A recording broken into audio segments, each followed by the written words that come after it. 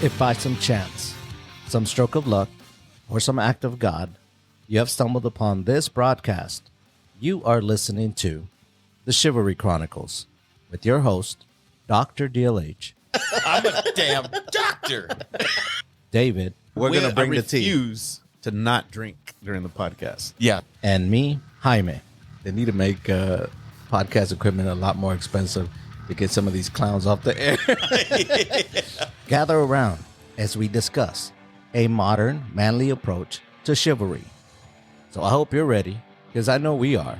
So let's get into it.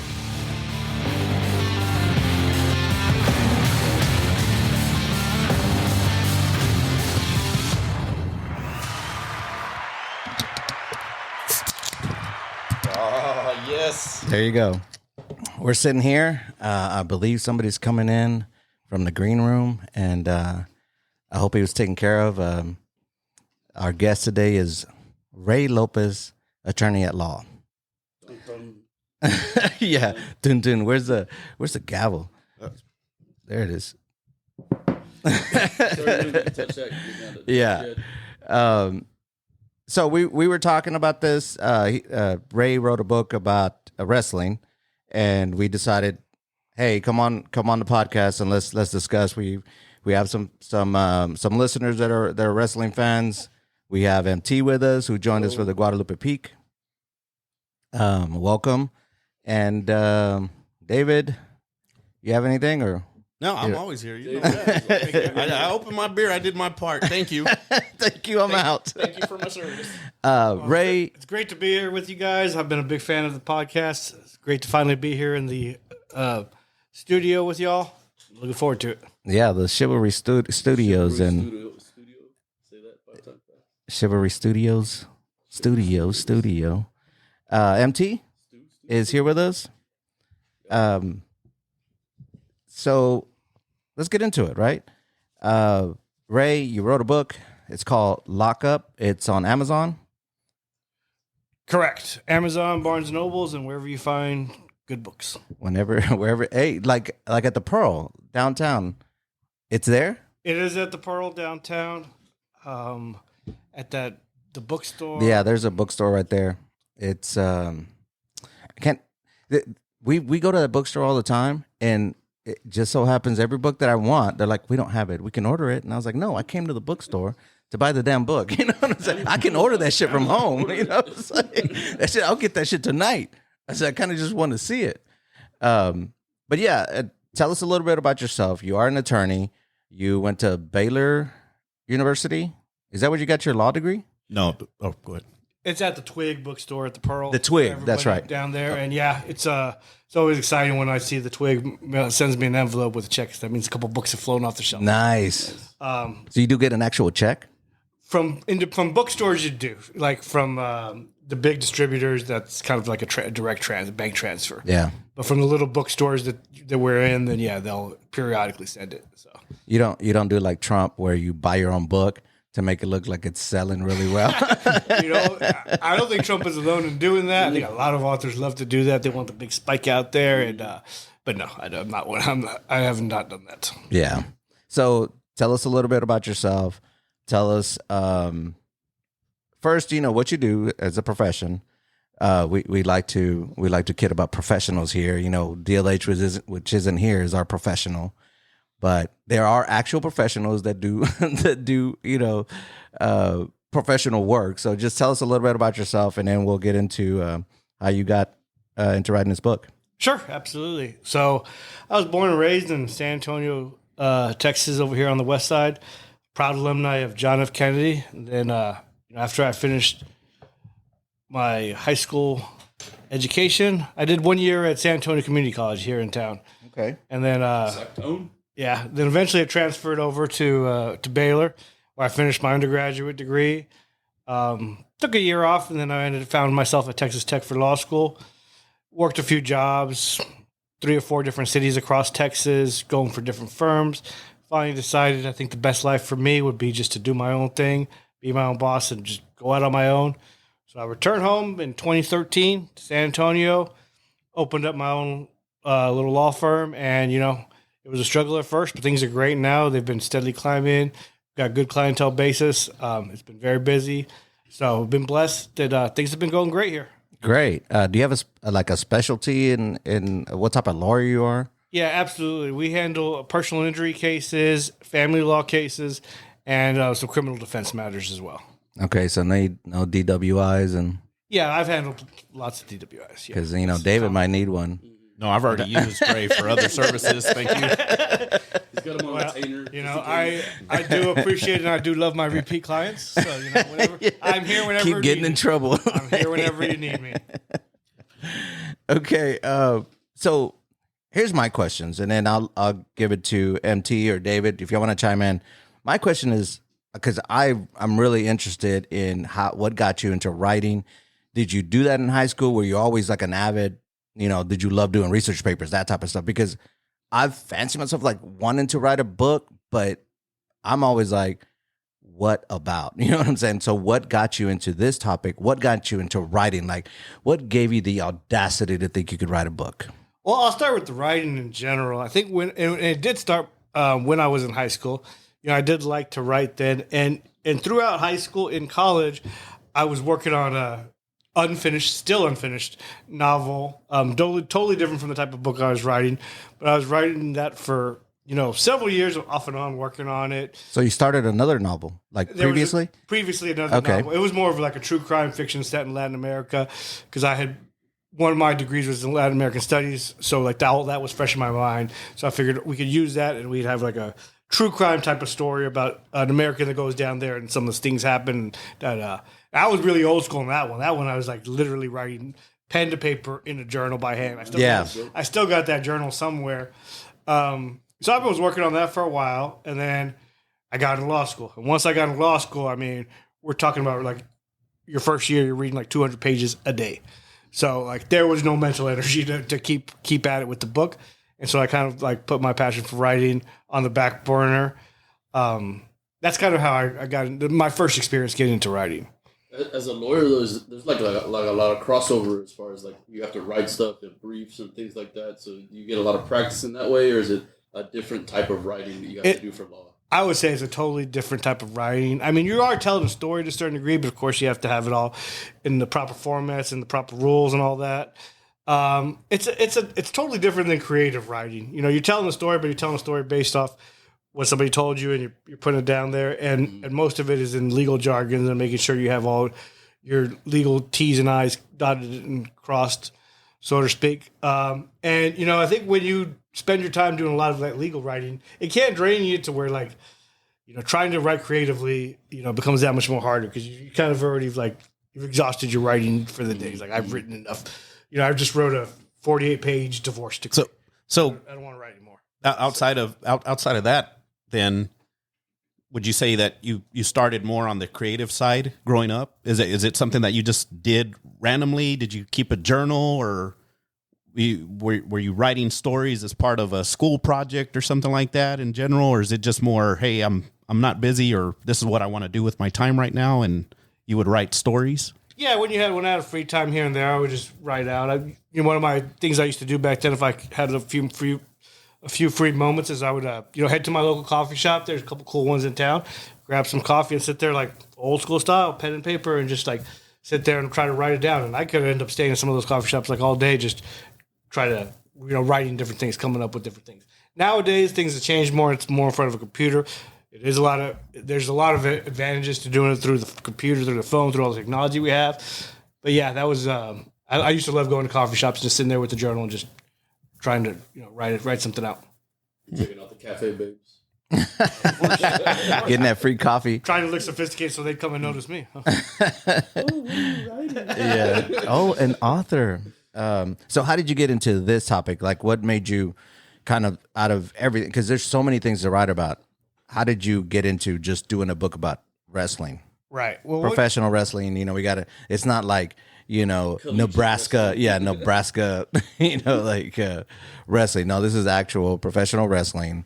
What you notice, two guys in a ring, in tights. Right. Yeah. The book's about professional wrestling in the world that is, in it and all the things professional wrestling. But I really got the idea once COVID hit. And when COVID hit, I started I was at home all the time, especially during the early days of COVID, trying to figure out what to do. So, I got back into working out. I was starting to get on my machine, usually cranking out like 45 minutes to an hour a day. It was something I didn't do before COVID because I didn't have the time. I had to go down to town. I had to be at the office. It totally changed the life. So I was looking for something that was easy to watch while I was working out that you could just go back to easy. Periodic shows are kind of hard because if it's an hour long and, hey, I don't have an hour, I need to stop it because I got to get ready because I have to be on a Zoom or I got to meet with somebody or whatever the case is. So professional wrestling was kind of perfect in the way that you could watch it either in 15 minutes, 30 minutes, 45 minutes. You could just watch one match at a time and be like, okay, I watched that one match and then move on. So I was like, well, let me start watching old wrestling. So I went back and watched old wrestling pay-per-views and would just keep going periodically and follow the pay-per-views as I go through one pay-per-view over a span of 2 or 3 days and go to the next one. Well, after watching enough of them, I'd be like, man, I should really do something with this because I still had a whole bunch of time on my hand. So I was like, why don't I write a book about professional wrestling? Yeah. And so you're saying like old pay-per-views. Let's get to like, all right, what era of, because I think we both have the same era of watching wrestling, which is the Attitude Era. Were you watching that just that far back or further, 80s, 90s? Where were you at? Well, I've been a lifelong fan, been following it and seen a lot of the classic stuff. But when I started this specific project, Chris Jericho was just on fire at that time, and I was a big Jericho-holic. I still am, and I was like, well, let me start from when Chris Jericho debuted on WWE. So I picked that. When he started in WWE. When he started in WWE or WWF at the time, so I picked that as my starting point. Okay, and I kind of started from there. The Y2J, the countdown. Exactly. Oh man, that was good stuff, bro. Yeah, I didn't want to go too far back because I'd watched a lot of the older ones multiple times. But yeah, I thought that was good. It was a good starting point for me. And I tried to do the same thing like around the same time because at the time we were still watching all wrestling on Peacock, right? Right. Because they had, or no, wait, did they have? I think this was WWE Network. WWE Network still. WWE Network when I started. Oh man, it was so the WWE Network. For those of you who don't know, so it's like just this deep and wide, like vast archive of every wrestling that there was, right? Because WWE or WWF at the time bought everybody up. They bought all of their recordings. They bought all the WCW recordings. So you could watch everything. It used to be like you flip channels between WCW and WWF and check out what's going on. Yeah, I always remember growing up, it was USA Network for WWF and then WCW for on TBS. Yeah, TBS. Yep. Was that way for the longest time? Yep. Yeah. So I did the same thing. I was trying to kind of flip back and forth. Like, all right, let me watch this Nitro. That's just WCW, and then let me jump over here and watch the corresponding WWF, like Monday Night Raw, and it was too big of a task. But yeah, that's something that I really like to do at that time too. Yeah, and it's still something that's carried over today. I mean, I got in my morning workout today, watched finish SmackDown from last night because I didn't get a chance to finish it. So put it on. You're by yourself. Like, okay. So are you watching? Are you watching reruns of matches, or you're mainly sticking to the most recent? I mean, it depends how caught up I am, right? Yeah, when you're saying caught up, this is your first time watching those then. Like this morning, for example, was my first time watching the SmackDown from last night, Gotcha. I can't watch all the wrestling live. It's on, 4 days out of the night? All the time. Yeah. I didn't realize it's that. Yeah, so I thought it was just like a Monday Night Raw and this is the Sunday best time to be a fan. It's like because it's everywhere. Tuesday night is NXT, which again we kind of went over this beforehand. We don't watch NXT, but it's there. It's like WWF's or WWE's what do you call it? Minor league talents developmental show. Yeah, sure. Developmental show. So they bring up a lot of their guys that come up from there. And then Wednesday nights is AEW, which I don't watch AEW either. I still watch AEW. You still watch it? I still watch it. I was a lot more excited for it at the beginning, I'll tell you that. Because for us, it was like, oh man, it's this upstart company that's going to challenge WWE and make all tides rise because competition brings better programming. So, but I don't feel it's doing that anymore, so I don't really watch it. Right. So there's so much on TV, right? And I can't just sit there and be watching it all the time. Of course, we have a life and a family, and the wife wants to watch other things too, which is 100% And my understandable. daughter takes over the TV. Yeah, that's So the thing. I find a lot of the good time I can get to watch this when I get my morning workout in. I'd say I got 35 minutes, 45 minutes.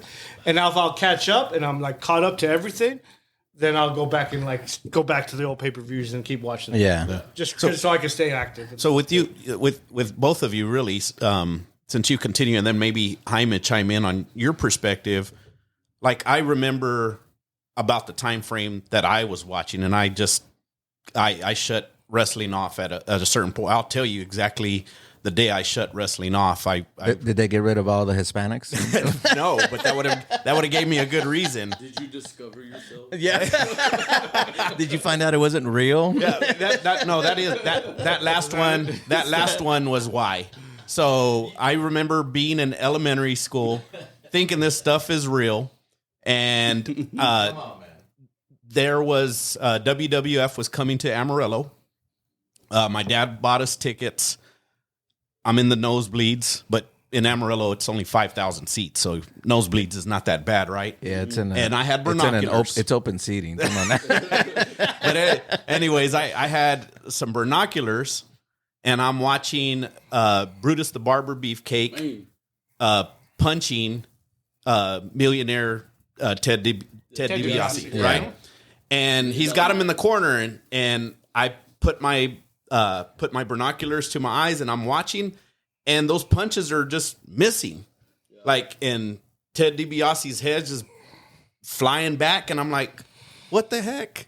And it destroyed me. So that was probably around 5th grade, 4th grade, 5th grade. And then after that, maybe if I was at a friend's house and they had it on, it's not a big deal. But after that, I just lost all interest. All my little monos or my little figurines all went to the freaking toy box for the rest of their days. But yeah, that's mine. What year was that? Well, that would have been 5th grade. I would have been about 11 years old, so probably 90, 91, somewhere along that time. When did you realize that Arnold Schwarzenegger wasn't a robot? From Total Recall? Yeah, when did you... Terminator. That movies aren't real. I mean, that's the big argument for all us wrestling fans is like when people say, "Oh, it's not real. Why would I even watch that? I don't want to watch that. It's not real." It's movies aren't real, and everything. TV. Well, shows. I think for me, it's not that I was being told that it was real to begin with, but it was implied, and I know there were episodes that I don't remember what that iconic moment. I know I've seen it since where somebody tells a wrestler that it's fake, and then that dude really hits him or whatever. I don't remember who that was. Greg Stossel was it? Right. Yeah, it was back in the day, and he There's a few of those. There's a few of them. Yeah, so seeing that, you just kind of you would almost get into arguments in elementary school, like, no, it is real. They're blah blah blah. The Santa is real, and you had arguments in your 3rd grade or whatever, 2nd grade. But I think you're missing the point of it. Like, it's entertainment. Oh no, and what it is. that's Yeah, cool, I but think it David's- destroyed my. I think David's point is probably not, No, just a him. lot of people have that point. A lot but of I people just when think they were it's young kids and they grow up and they finally realize that it's all just a big show, they kind of feel like betrayed, like because they believe that they were all in. Yeah, it. that's. I remember that's when it. I was a kid watching it and I saw Ultimate Warrior getting cursed by Pampa Shango and he was vomiting up this like bile green stuff, right? The fakest thing that you could possibly imagine. But I was there as like a little kid. I don't remember how old I was, maybe like 7 or younger. It's like, believing that was all real. I was like, holy shit, is he gonna be okay? Is he gonna be all right? Like, what's gonna happen? Somebody get a doctor out there. And then when you finally, I'm gonna become a doctor. when that light hits, it's like, hey, that whole thing was just fake. There is a little bit of betrayment on there, but I think most wrestling fans to get over that, and then Yeah. oh, okay, well, it's a show and it's fun. It's still fun, and then they get back. So I mean, so wrestling is when you're Hispanic, right? Growing up, and I was born in Mexico, so wrestling is big in Mexico too. So they had movies, El Santo, Mil Máscaras, Blue Demon. Like they had actual movies with they're wearing the mask, and so you kind of grow up with that. And then I grew up in Dallas, so you had the Dallas Sportatorium with the Von Erichs. So when the movie came out, I was like, it's a freaking homage to Dallas. Me and my brother were talking about it, and it's like because we went to the Sportatorium to go see them, and so I mean we kind of followed that. And then I guess in the 90s, it started getting bigger and bigger, right? That's when you started to introduce like the NWA, right? Yeah, NWO. Like they just, I mean, I think that's when I kind of dropped off is somewhere in the mid 90s because our whole fraternity was like, they would get together and watch every match, right? And I was like, okay, it's cool, like I get it, but I'm kind of over it, and I still followed it, and then it wasn't until probably in the 2000s when the Rock starts getting bigger and bigger, and so my son kind of started getting into it, and so I was like, shit, I need to dust off all the old videos so we could start watching that again. So it's kind of like a roller coaster for me specifically because in the 80s we watched it all the time. Late 80s. In the 90s, you go off to college, you kind of don't watch it, and then it picked up. Like somewhere between mid 90s to late 90s, it was big business. Yeah, you miss some good content there at that time. Like, but I'm the same way. Like when I went to college, I kind of stopped watching because I was busy with other stuff. Like I had, I mean, you're totally not alone. That a lot of wrestling fans have come in and out of watching wrestling regularly. It's hard to keep up, and there's a lot of content out there, especially when you're busy, and especially in college when you want to go out there and play to the rec, or you're taking girls out on dates, or you're studying, or there's so many things that you're doing, and you're also enjoying the social life aspect of it. It's real hard to keep up with it in college. I didn't really watched it in college. That's why I went back and watched all those pay-per-views that I missed from my college days because I never watched them before. They were all new to me. So, like with you guys, what's your earliest memory of wrestling? Like, what's the thing that comes to mind that got you into it? Well, for me, it was I think I was about 10 years old, and my grandfather was very close to the end of his life, and he would pass on maybe within 30 days. From this, but my birthday was coming up. But my mom and my tia and my tios and everybody would spend all the time in the hospital. Basically, he was in there for about a month saying goodbye to Grandpa. So the whole family did not nobody was up for a big party, right? Well, WWE was coming into town, and my parents, they would always throw me a birthday party. They would throw all the kids. Everybody had their birthday party. It was just a thing that we did, and they said, well, it's really we're not feeling up to it. I mean, we can't throw you a birthday party if you really want, but hey, we know you liking this wrestling stuff. You watch it on TV. They're coming to town. Would you rather, instead of us throwing your birthday party, we'll just take you to the wrestling matches? I was like, that sounds 100 times better than a birthday party. It sounds like 100 times better. Yeah. I was like, absolutely. So that was the first time they took me there when I was a kid. It was the first time I got to see it live, and it was just a house show. But I remember Jake the Snake was there, and Hacksaw Jim Duggan, Earthquake. I think the Ultimate Warrior.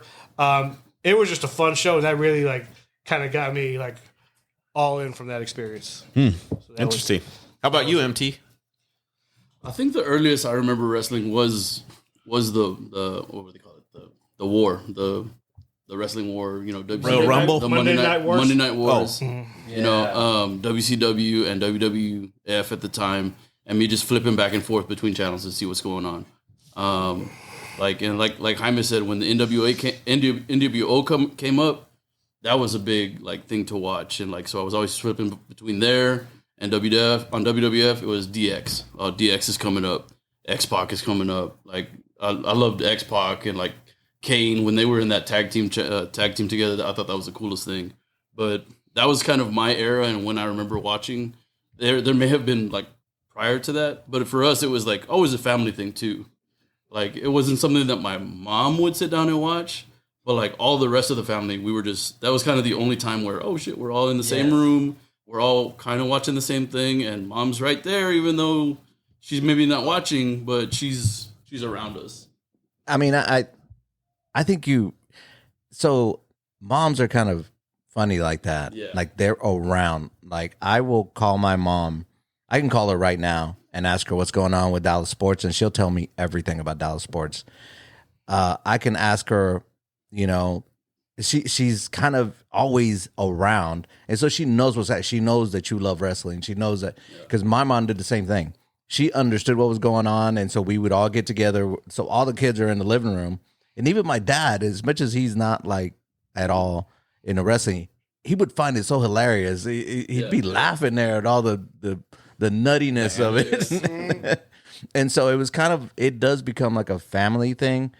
But I think moms are cool in the fact that they take interest because they know you're interested, so they want to stay within your circle. You know what I'm saying? So that's a good point. I didn't even think about that. So I think with professional wrestling, even if you're not a fan of it at all, when you go see it live, like my wife, of course I dragged her to a few wrestling shows, and she did not want to go. But then when she got there, she was having a great time because it was very entertaining. It's a spectacle. They got the music. They got the good-looking people coming out there. They're doing all these flips. They're doing these bodies. They're talking smack to each other. It's got a little comedy to it. Even you don't have to follow storylines. When you just go there and watch it, I think most people will be entertained. Yeah, Ray, in your chapter 1 of your book is talking about the gimmicks of wrestling, and I think the gimmicks is what is a big draw for people, whether they're really paying attention or kind of like Jaime's father, just kind of watching it from the side, but getting a kick out of whether you call it silliness or whatever. Yeah. So, and I think we talked about how like your book. Like, you don't need to read every chapter. You don't need to read it in order. But anybody that is not familiar with wrestling or like has watched it, like for David, I would say like you probably already read it, but I'd suggest you read the gimmicks part first. yeah, Because that's it actually really is- recommended, or you really recommend is- that it's in a the book, primer. right? I think it sets up most of the hardcore fans will already know the gimmicks. Yeah. But even with the hardcore fans, some of the feedback I've gotten is like, oh, it's fun to just read about the gimmicks and to like Yes. try to like even list more wrestlers that fall into that category of gimmick than I may have listed for you. But yeah, the gimmicks is the foundation. The story, you got to have the characters. And Those are out of the characters, characters, you're making the stories. And like back in the day, it used to be super easy to tell. There was the evil tax man versus, the guy that all-American hero. But, as time progresses and people kind of wanted the more complex characters, so have the gimmicks progressed. But I think when you break down any particular wrestler, I think nowadays, and this is what we do in the next chapter, which is the one that directly after the gimmicks, the math and science of a wrestler, is because I think modern day, nobody's just one particular character. Yeah. Most wrestlers are a combination of the traditional gimmicks. So if you have them combine that, that's also something fun to think about. You'll see like, oh, well, I think of, pick a wrestler, Mercedes Moné or Will Ospreay or whoever. And you think, well, where do they fall into? What percentage of what gimmick and that gimmick? So yeah, the characters are the foundation of it, and the gimmicks chapter was, I believe, we had to lay the foundation for the rest of the book. Just in case there are people out there that knew nothing about professional wrestling, there was. Yeah, one of the things, and I'm just going to pick a little bit. So one of the profession gimmicks that you had was Hillbilly Jim. So is being a hillbilly his profession, or should he fall within a racial stereotype of a hillbilly? That's a good question. I mean, I would say he falls into both because I think he was like making moonshine. That kind of is a profession. Right? I mean, So it's you just remember maybe that it's part? just him. You know what I'm He's kind of saying? using his hillbilliness to make himself a living. But is he a racial? Yeah, he's absolutely. I think we put him in the racial stereotypes one as well. Oh, did you? Yeah, I believe he did. I think some of because a lot of these characters will cross over. And Ray kind of alluding to that. So you have like this scorecard, I guess, or I love that. a pie chart, which Yeah. is really interesting.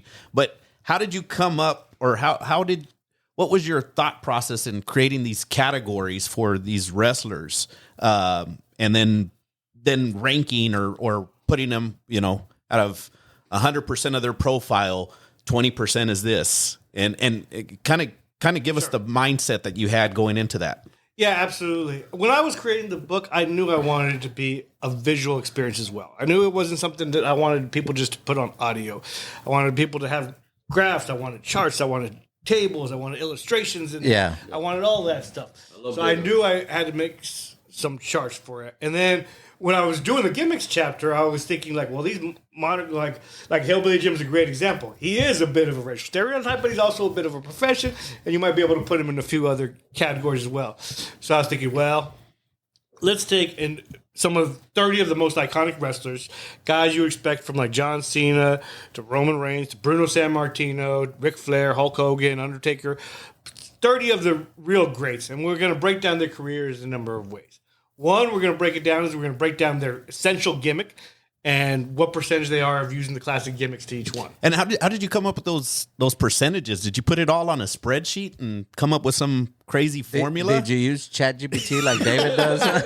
No artificial intelligence was used. And in the creation of this book. and that's why I think like this when I was flipping through that, guys are all about lists. I think lists, rankings. Like we do that shit just for fun. Right. And the fact that you went through it, man, that to me, I was like, man, this guy knows what he's doing. Like I love that. Just take for example, we're just gonna read The Undertaker, right?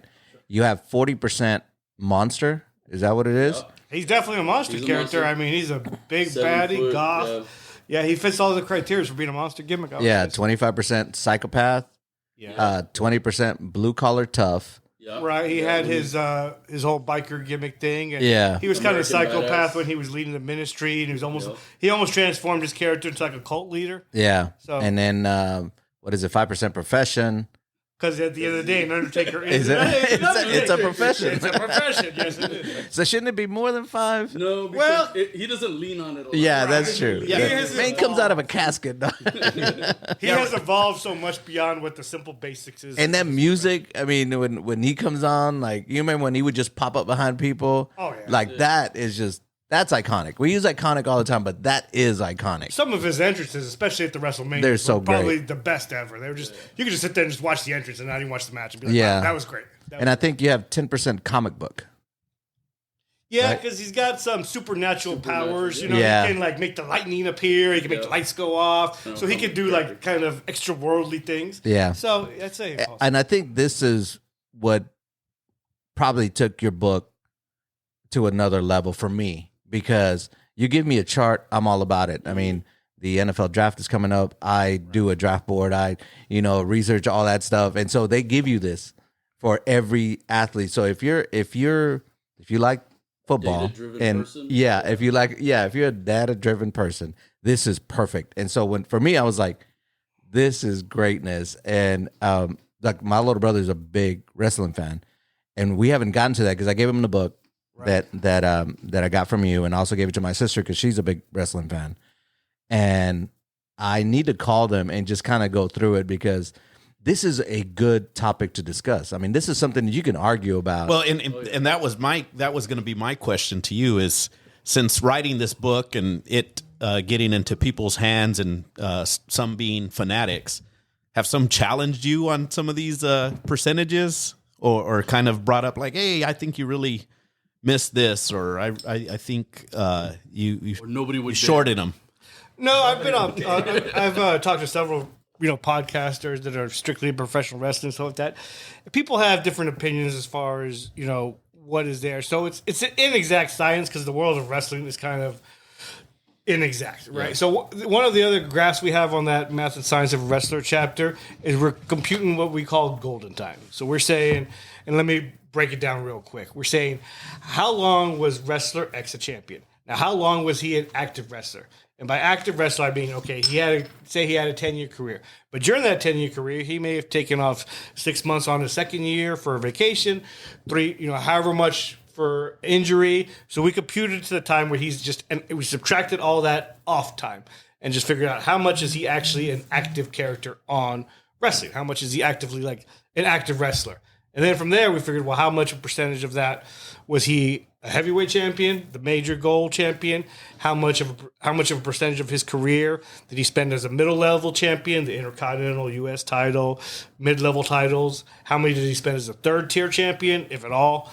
Your third belts, your TV titles, things like that. And then how much did he spend as a tag champion? And then how much time did he spend out of his career holding the gold at all?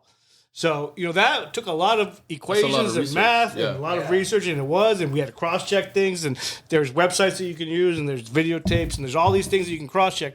But even then, like, okay, Ric Flair is the most easiest example.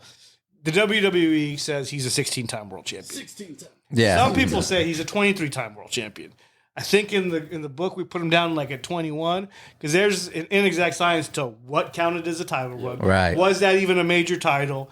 and all that stuff. So sure, there's room for arguments in there, which I think is part of the fun for fans. Like, take a look at it, and by no means am I saying do not disagree with it. Go ahead, disagree with it, and argue and be like, well, I think you got it wrong on this part. Well, because that belt, you should have counted that belt for Ric Flair. Yeah. I get it. It's inexact. He's making that argument right now too, because Roman Reigns John Cena is possibly going to win his 17th championship, and they're saying WWE is saying, oh, he's going to pass Flair, and Flair's like, no. He's nowhere near me. Yeah, but what else would he say though? Yeah, but he's kind of right. Yeah, Flair considers some of those title exchanges, and there's some title exchanges that were unauthorized back then. Well, because there was a fight there, between all of them, right? Between the two. The wrestlers just did a title exchange. One time, I think the wrestlers just did a title exchange on their own when they were overseas to help the local promotions over there sell tickets and all that stuff. But that wasn't authorized by the NWA, the National Wrestling Alliance, like their corporate, overseers. They would used to lend talent out to these Japanese promoters, but they would still have to basically answer to their bosses back at home. But their bosses back at home didn't authorize that, so they didn't recognize that. So sometimes they don't recognize that title reign as a legit title reign. There's things like that, and we break down Booker T's one of the guys, and sometimes he won because WCW back in the day used to have their tapings on TV. Well, sometimes he would be a tag team champion in a negative amount of days because they would film it in reverse order or something like that, which didn't make any logical sense. So we had to put some parameters on there. That's what we do in the chapter. We introduce all the parameters we're putting and kind of explain to people here's why we're counting, here's what we're not counting, things like that. So I mean, it's all up for discussion. It's all inexact, but I think a lot of research was done. We double checked everything. So I think who is it? Who is it in the background that's deciding who's going to win that night? The promoter. The booker. Yeah. Whoever the promoter is, the head guy, of whatever company. And so these major championships. The promoter / booker, whoever's in charge. Yeah. Because the booker is more the person who puts the thing together, but the promoter's like, I want this guy to win. This is who we're going to push. And then the booker figures out a way to do it. Yeah, I mean, it could definitely go down that way. The booker's just, here's the big picture, and then the booker's like, okay, here's how we get there. Yeah. Sometimes the promoter is the booker, like Tony Khan. Sure. He is everything and anything to that company, and he decides everything and how it's going to happen. So. Yeah, I mean, there's different ways you could do it, but basically, whoever's the guy in charge is going to decide who's going to, Who did you have helping you kind of sort through all the data, sort through all the titles? Was it just you doing everything? Just me, myself, and I. And that's why the book took a long process. I started during COVID and it didn't come out till recently. I mean, we're talking about 4 years of off and on working. I would just pick it up and go back to it every now and That's again. impressive. Yeah. And the graphs one, I'm very proud of that chapter because it did take a lot of time. No, that's probably one of my favorite things about the book is pie charts. It's because it's easy, it's quick, you can look at it, and then, I mean, like I said, guys argue about everything and anything. The argument that you and I got into, or that at David's house, was that can you beat Snoop in a boxing match? I think we were talking about how tough is Snoop, and I think you underestimate. I still stand by it. You underestimate Snoop Dogg. He's a D.O. double G man. He weighs 100 pounds, dog. He dropped the elbow on, and he's done a. He's got a real bony elbow, man. Horrible. That was when that's straight up bone going into that. Terrible argument. Shane McMahon blew his quads. I think it was The Miz. Did he drop the elbow on, maybe? Whoever Shane McMahon was fighting, he was in the ring and he does he tries to jump over a guy and he blows out both his quads. Well, you remember in AEW when he did a frog splash? That's right. It was the worst looking frog splash ever. It was he came down. He squatted way down on the turnbuckle and then jumped. Snoop definitely was not helping my argument on his toughness. That was a terrible argument. So let's talk about you have MT. You had mentioned that. Oh, the chapter on the Kaufmans. I think that's a great chapter. Because again, it breeds discussion and arguments and what you think. So I wanted to read a couple of the Kaufmans and then just get the other guys in the room and see what they thought of that. Yeah, absolutely. So all right, so let's see. Let's go. Let's try this one. So, outstanding fight in a motion picture. So we have Hulk Hogan versus Sylvester Stallone in Rocky III. John Cena versus Vin Diesel in Fast 9. Dwayne Johnson versus the Rebels in the Rundown. Dave Bautista versus Chung Ting Chi and Master Z Ip Man. I really didn't see Good that job one, there. Good job. Is that good? My pronunciation is The flawless. fight scenes were really great. Roddy Piper versus Keith David in They Live. This was the fight scene by a wrestler, featuring a wrestler. Yeah, this is the I fight remember. scene featuring a wrestler. remember Okay, this. so let me ask the other guy, Jaime, do you remember any of these movies? And what's your vote? So yes, I remember They Live. I thought that was, I mean, when that movie came out, well, at the time, you know, at that age, I think I was a pretty big wrestling fan. So anytime Hulk Hogan would come out, you're like, hey, that's Hulk Hogan. That They Live movie was really interesting, Yeah. you know, but I don't remember much of it. I don't think I've ever seen that movie, but Yeah. I really want to see it. The John Cena versus Vin Diesel, like John Cena is just a huge person. Uh-huh. You know what I'm saying? That just, I think that's just seeing two big ass people go against each other is pretty cool to see. But if I'm gonna say the most outstanding, I was born in the '70s, so it's got to be Hulk Hogan for me, just because it's. I mean, just Versus how Thunderlips. how massive he was, and Stallone's not that big, so when he just Yeah. picks Hogan him up and He towered throws, over him. yes, Hogan towered over him. yeah. What is it, Yip Man? I guess. Oh yeah, Ip Man. Yeah, I love those movies. Yeah, those are But I mean, I don't think that was that memorable for me. I love classic movies, so it has to be Rocky. All right, David, have you seen any of these or heard of any of these movies? I definitely watched the Rocky one, and to me, the one that stands out top of mind is that Rocky, the Rocky, what, 4? Was it Rocky? No, not Rocky 4. It was Rocky 2, wasn't it? Yeah, I think it was 2. No, it's 3. Oh, okay. It was 3. Yeah, It was Rocky 3 when he was fighting Mr. T, right? Yeah. Yeah. Oh, this In the is Hulk Hogan. pre-fight. Hulk Hogan. Hulk Hogan was in the same movie. That's why they Yeah. met each other. Yeah. Well, you're all wrong. It's Dwayne The Rock Johnson versus the Rebels in the Rundown. And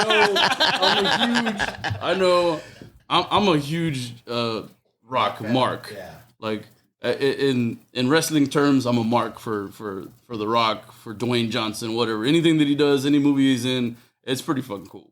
But that was like his first entrance like into action movies. Besides, like, yeah, he had already done The Mummy, I think, and he'd have done something else. Yeah. But the thing about that I remember about that movie is that it was a handoff. Because at the beginning of the movie, The Rock is going into a club and he passes Arnold Schwarzenegger. And Arnold tells him, have fun in there. Like, passing the torch, like, Right. you're the new action star. It's one of the better Rock movies. It It really is. It really is. It really is. And the guy that he's in there with it, what's his name? Brian Austin Green? No, that's not him. No, it's not David Silver from that. Sean William Scott? Yeah, I knew it was a three. Stifler. It was a It's three Stifler. name. Yeah, Stifler. Yeah, Sean William Scott. You know, I love that fight scene, and when I was doing that chapter, you know, I've seen all the movies before. I went back and watch them all again, and then I'd go back and just like go on YouTube and just watch the fight scene to make sure that Rock fight scene. One, I don't even know if it was as good as the one with the football players at the beginning. The one of the football players at the beginning was pretty fantastic. Why didn't you choose that one then? Well, because I think this one was the better one, but it like was also kind of super unrealistic. It had like Rock was just basically like doing flying kicks all over. I mean, it defied physics and gravity. It's like, okay, that's not humanly possible. Yeah, That's that not was humanly Rock possible. with hair, right? Yeah, it was really It was, yeah. and why, we'll give a spoiler. I gave the award to John Carpenter's classic sci-fi They Live with Rowdy Rod Piper, because that fight. If you go back or just go back and look at the fight on YouTube, it's 5-7 minutes, whatever it is. Yeah. It's very gritty, very realistic, and the incorporation of wrestling moves, which just had to be acknowledged. Like they really used all these wrestling moves and made it look like a legitimate.